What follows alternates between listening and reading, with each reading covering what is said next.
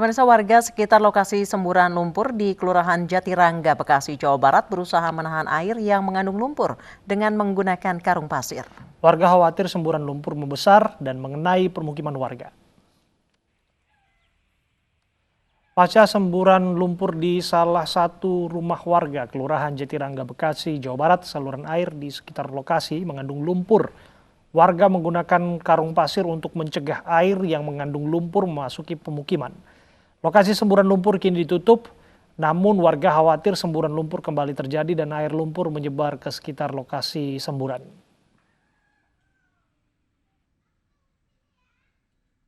Udah ditutup tapi cuma ditutup begitu jadi air cuma lebar. Oh, air melebar. Nah makanya keluarnya seperti ini jadinya mengalirnya. Seperti yang di bawah ini. Iya. Karena dasarnya udah ditutup pakai kayak seng-seng gitu, terus ditimpa batu. Jadi air menyebar. Tapi saat ini warga Semburan air bercampur lumpur setinggi 10 meter muncul di tengah perkampungan warga di Kampung Kranggan, Kelurahan Jatirangga, Kecamatan Jati Sampurna, Kota Bekasi, Jawa Barat.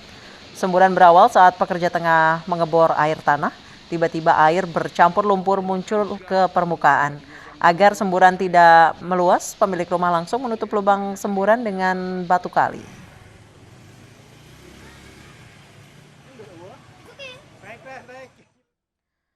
Sebelumnya semburan lumpur bercampur gas juga pernah terjadi di Blora, Jawa Tengah. Akibat kejadian tersebut, 4 warga sesak napas dan 19 kerbau hilang.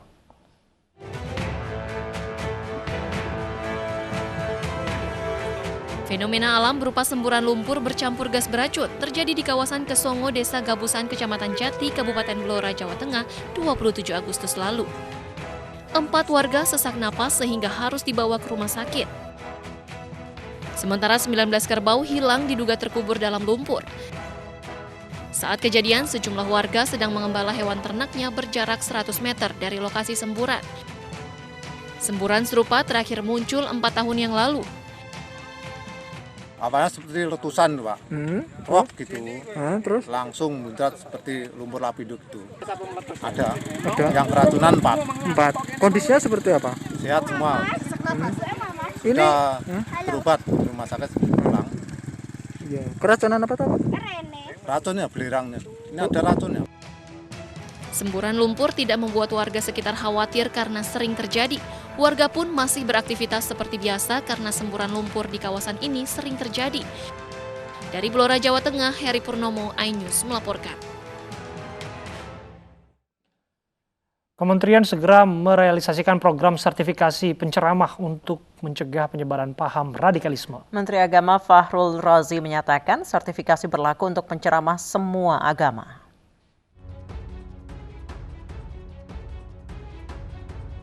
Kementerian Agama dalam waktu dekat ini akan menggulirkan program penceramah bersertifikat dengan target awal 8.200 penceramah.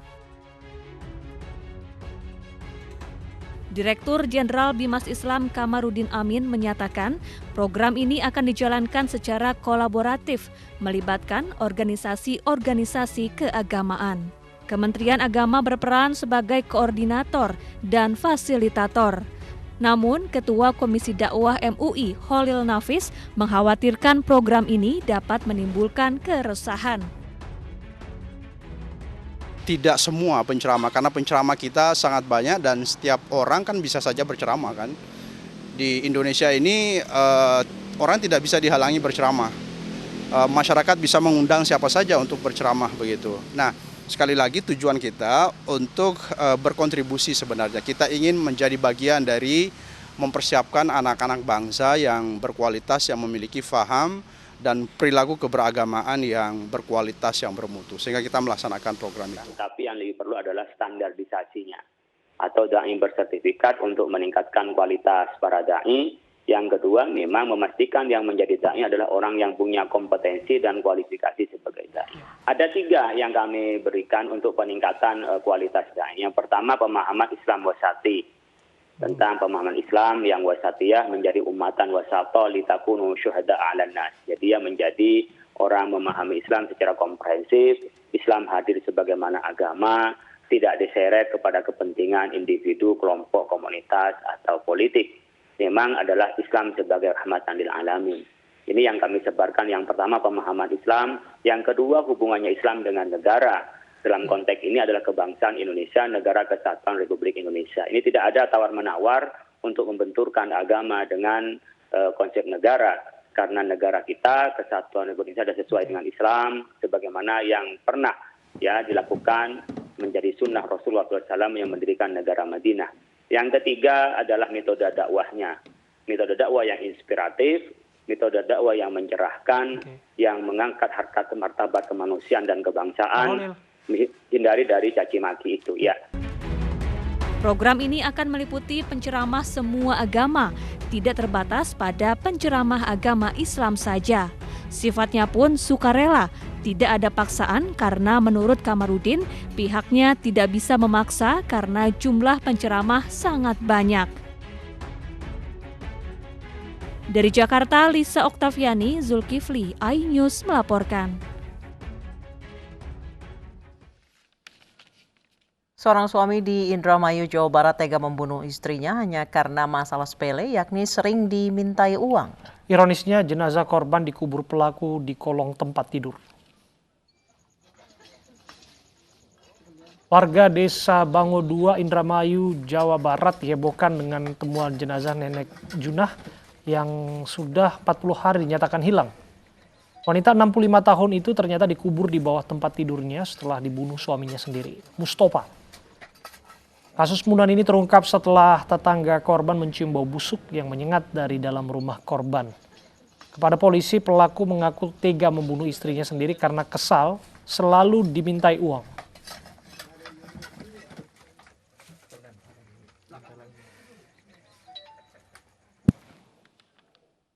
Pemirsa, selengkapnya terkait kasus pembunuhan seorang suami yang tega membunuh istrinya sudah bergabung bersama kami Kasat Reskrim Polres Indramayu AKP Hamzah Badaru. Selamat sore Pak Hamzah.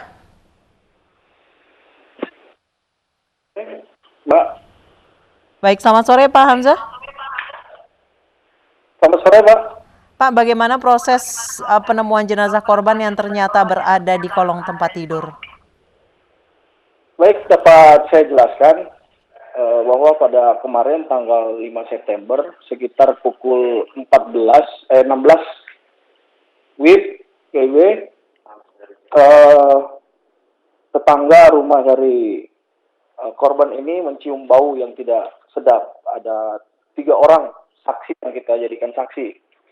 Mencium bau tidak sedap, kemudian mengetok pintu rumah korban tersebut, namun dikunci dan tidak ada jawaban. Akhirnya ketiga orang saksi ini mencoba memaksa masuk melalui pintu jendela dapur. Setelah masuk ke rumah, melihat bahwa diduga pelaku, yaitu saudara M, sedang tertidur di dalam. Kemudian dibangunkan, kemudian salah satu orang membawa si diduga pelaku M ini keluar dari rumah, kemudian yang 2 lainnya mencoba mencari sumber bau tersebut. Pada saat mencari sumber bau tersebut, ada salah satu saksi yang menginjak tanah, namun ada amblas di tanah tersebut. Akhirnya dari situlah para saksi ini mencoba menggali tanah tersebut yang ada di dalam kamar. Kemudian pada saat menggali baru sekitar berapa senti sudah ditemukan kaki dari si korban tersebut. Kemudian dari situlah para saksi ini langsung melaporkan kepada pihak kepolisian. Ya, Pak Hamzah, apakah betul alasannya sederhana pembunuhan ini dilakukan oleh suaminya karena istrinya sering minta uang, atau di balik ini ada alasan lain? Dari hasil pemeriksaan yang kita dapati bahwa memang benar si suami ini, yaitu diduga pelaku, merasa sakit hati karena istrinya ini meminta uang untuk belanja namun tidak si suami ini tidak mempunyai uang sebesar 150.000 untuk belanja kebutuhan. Namun si istri ini selalu ngomel-ngomel, kemudian si pelaku ini merasa sakit hati, akhirnya dicekiklah si korban ini. Jadi modus pelaku untuk menghabisi nyawa korbannya adalah dengan mencekik leher. Baik, Pak Hamzah, sudah berapa tahun pasangan ini menikah, Pak? Pasangan ini menikah dari tahun 82. Sudah cukup lama ya? Sudah cukup lama. Kalau dari keterangan tetangga, apakah memang sering terjadi pertengkaran semacam ini, Pak? Iya, memang sering terjadi pertengkaran. Tetangga memang sering mendengar adanya pertengkaran antara suami dan istri. Dan perlu diketahui bahwa mereka ini tinggal di rumah rutilahu yang tidak layak huni, cuman berdua saja. Anak korban selama ini tidak pernah mengunjungi si korban ini. Anak korban ada 3 orang, namun tidak pernah sama sekali mengunjungi korban. Jadi mereka tinggal berdua antara suami dan istri. Ya, terima kasih AKP Hamzah Badaru, Kasat Reskrim Polres Indramayu telah berbincang bersama kami.